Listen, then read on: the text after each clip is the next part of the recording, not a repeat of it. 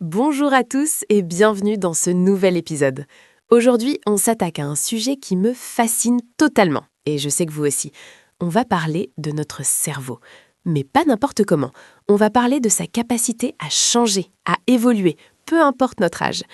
Thomas, on entend souvent dire que tout se joue avant 25 ans, que passé cet âge, c'est fini, les jeux sont faits. Est-ce que c'est vrai ? Salut Sarah. Alors, c'est probablement le mythe le plus tenace et le plus destructeur des neurosciences populaires. Cette idée que notre cerveau serait comme du ciment qui durcit vers 25 ans et qu'après on ne peut plus rien faire à part gérer le déclin.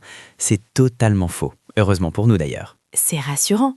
Donc, si je veux apprendre le piano à 40 ans ou changer une mauvaise habitude ancrée depuis 10 ans, c'est possible ? C'est non seulement possible, mais c'est biologique. C'est ce qu'on appelle la neuroplasticité. Pour faire simple, c'est la capacité du système nerveux à se réorganiser en changeant sa structure, ses fonctions ou ses connexions. C'est littéralement votre cerveau qui se recable lui-même en réponse à une expérience. D'accord, mais concrètement, on a des preuves de ça ? Parce que j'ai l'impression que c'est un mot à la mode, un peu comme le mindset ou la résilience, on le met à toutes les sauces. Absolument, et tu as raison d'être sceptique. Mais là, on a des données solides. L'exemple le plus célèbre, celui que tous les étudiants en neurosciences connaissent, c'est l'étude sur les chauffeurs de taxi londoniens. Ah oui ? Qu'est-ce qu'ils ont de spécial, les taxis londoniens, à part rouler à gauche ? Alors, pour devenir chauffeur de taxi officiel à Londres, il faut passer un examen qui s'appelle The Knowledge. C'est probablement l'examen de mémoire le plus difficile au monde. Ils doivent mémoriser par cœur 25 000 rues et 20 000 points d'intérêt dans un rayon de 10 km autour de Charing Cross. Ça leur prend environ 3 ou 4 ans de préparation. C'est hallucinant, surtout à l'époque du GPS. Exactement. Mais ce qui est intéressant pour nous, c'est ce qui se passe dans leur tête. Des chercheurs ont scanné le cerveau de ces chauffeurs avant leur formation et après. Ils ont découvert que l'hippocampe postérieur, la zone du cerveau responsable de la navigation spatiale et de la mémoire, avait physiquement grossi. Il était plus volumineux que chez la moyenne des gens. Attends, tu veux dire que leur cerveau a pris du muscle ? Comme si on allait à la salle de sport ? C'est exactement ça. C'est une hypertrophie localisée. Et le plus fou, c'est que chez les chauffeurs qui ont échoué à l'examen, l'hippocampe n'avait pas changé. Donc ce n'est pas juste le fait de conduire, c'est l'effort cognitif intense et réussi qui a modifié la structure physique de la matière grise. Ça prouve que même à l'âge adulte, on peut littéralement sculpter son cerveau. C'est incroyable de penser que l'effort mental a une conséquence physique visible. Donc le vieux dogme du cerveau figé, on l'oublie. Mais comment ça marche mécaniquement ? Je veux dire, si je décide demain d'apprendre le mandarin, qu'est-ce qui se passe entre mes deux oreilles ? Alors là, on rentre dans la mécanique de précision. Il y a une phrase célèbre du psychologue Donald Hebb qui résume tout. « Neurons that fire together, wire together ». Les neurones qui s'activent ensemble se connectent ensemble. Ça sonne bien, mais ça veut dire quoi en pratique ? Imagine une forêt vierge. Si tu veux aller d'un point A à un point B, la première fois, c'est l'enfer. Tu dois couper les branches, piétiner les herbes hautes, c'est lent, c'est difficile. Mais si tu repasses par là le lendemain, la trace est un peu plus visible. Si tu y passes tous les jours pendant un mois, tu as un sentier. Si tu y passes pendant 10 ans, tu as une autoroute. Le cerveau, c'est pareil. D'accord, donc la répétition crée le chemin. Oui, mais pas n'importe quelle répétition. Et c'est là que la plupart des gens se trompent.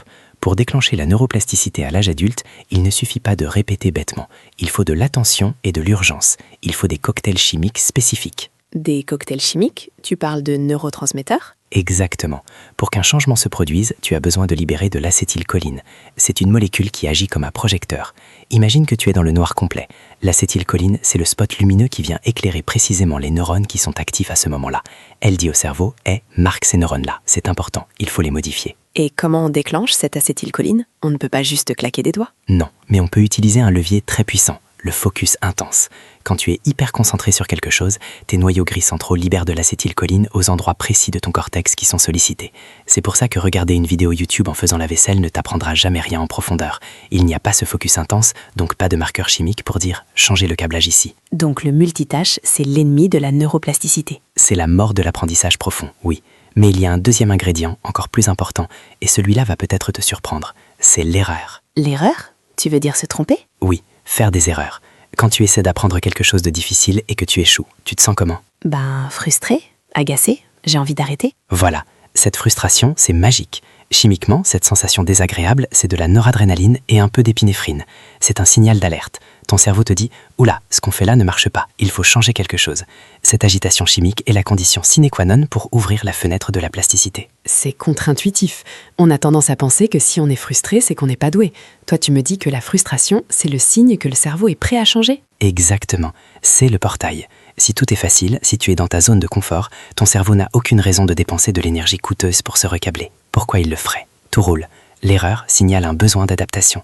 Andrew Huberman, le neuroscientifique de Stanford, insiste énormément là-dessus. Il faut chercher cette friction. Si tu ne te sens pas un peu bête ou maladroit pendant l'apprentissage, tu n'apprends pas vraiment. Donc, il faut embrasser la frustration. C'est un peu masochiste ton histoire, Thomas. Un peu oui, mais c'est de la biologie. Tu as le focus avec l'acétylcholine pour marquer la cible et l'agitation avec la noradrénaline pour dire action. Mais attention, le changement ne se produit pas pendant que tu pratiques. Ah bon ? Pourtant, c'est là que je fais l'effort. L'effort déclenche le processus, mais le câblage réel, la solidification des connexions, se produit pendant le repos, et plus spécifiquement pendant le sommeil. Le sommeil, on y revient toujours. Toujours. C'est pendant le sommeil profond et le sommeil paradoxal que les neurones qui ont été marqués par l'acétylcholine pendant la journée vont se renforcer. C'est comme si tu filmais une scène de cinéma toute la journée. C'est le tournage, c'est le chaos. Mais le montage, le moment où le film se construit vraiment, ça se fait la nuit, quand le studio est fermé. C'est pour ça qu'on dit souvent qu'on révise mieux après une bonne nuit. C'est plus que ça. Si tu apprends intensément mais que tu dors mal la nuit suivante, tu perds une grande partie de la plasticité. Tu as fait l'effort pour rien. Le cerveau n'a pas pu consolider. D'accord, donc si je résume le mécanisme, focus intense pour l'acétylcholine, accepter l'erreur et la frustration pour la noradrénaline et sommeil de qualité pour le câblage. C'est la base. Bon, maintenant qu'on a la théorie, passons à la pratique, le protocole. Imaginons que nos auditeurs veulent apprendre une nouvelle compétence complexe, disons le codage informatique ou une nouvelle langue. Comment ils doivent structurer leur session ? On ne peut pas juste se dire « sois frustré et dors ». Non, il faut être stratégique. Déjà, oubliez les sessions de 4 heures d'affilée. Le cerveau adulte ne tient pas ce niveau de focus chimique très longtemps. L'idéal, ce sont des cycles ultradiens de 90 minutes. 90 minutes ? C'est précis ? C'est un rythme biologique naturel. Mais honnêtement, pour un apprentissage intense, même 20 à 40 minutes de concentration pure, c'est déjà énorme. Le protocole idéal ressemble à ça. Tu d'isoles, pas de téléphone. Tu te lances dans la tâche. Tu cherches la difficulté. Dès que tu fais une erreur, tu ne t'arrêtes pas. Tu réessayes immédiatement. Tu utilises cette frustration pour focaliser encore plus ton attention. Et si la frustration devient trop forte ? Si on a juste envie de tout casser ? C'est là qu'intervient une technique géniale dont on parle de plus en plus, le NSDR, Non-Sleep Deep Rest, ou le repos profond sans sommeil. J'en ai entendu parler. C'est comme de la méditation ? C'est proche du yoga nidra. L'idée, c'est de s'allonger pendant 10 à 20 minutes, souvent après une session d'apprentissage, et de mettre son corps dans un état de relaxation totale tout en gardant l'esprit éveillé mais calme. Des études montrent que faire ça juste après un apprentissage intense accélère la plasticité. Donc je bosse dur pendant 45 minutes, je galère, je transpire et hop, je m'allonge 10 minutes pour faire un NSDR. Oui, en faisant ça, tu aides ton cerveau à commencer le processus de consolidation avant même d'aller dormir le soir. Tu calmes aussi la noradrénaline pour ne pas finir ta journée complètement stressée. C'est un outil de récupération incroyable. C'est fascinant parce que ça déculpabilise aussi le fait de ne rien faire. On vit dans une société où il faut toujours être productif. Là, tu nous dis que ne rien faire, c'est biologiquement productif. C'est essentiel. Le cerveau ne peut pas être en mode acquisition 24 heures sur 24. Il lui faut ses phases de consolidation. Thomas, il y a un aspect qu'on n'a pas abordé. On parle d'apprendre des compétences. Mais est-ce que ça marche pour les émotions, pour les traumas ? Est-ce qu'on peut utiliser la neuroplasticité pour arrêter d'être anxieux, par exemple ? C'est une excellente question, Sarah. La réponse est oui, mais c'est plus complexe.